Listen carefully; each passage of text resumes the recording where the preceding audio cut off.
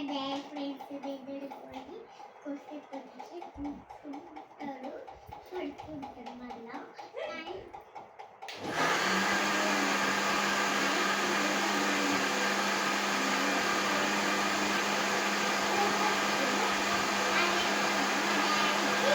కాలుకి ఇక్కడ దెబ్బలు అవుతుంది.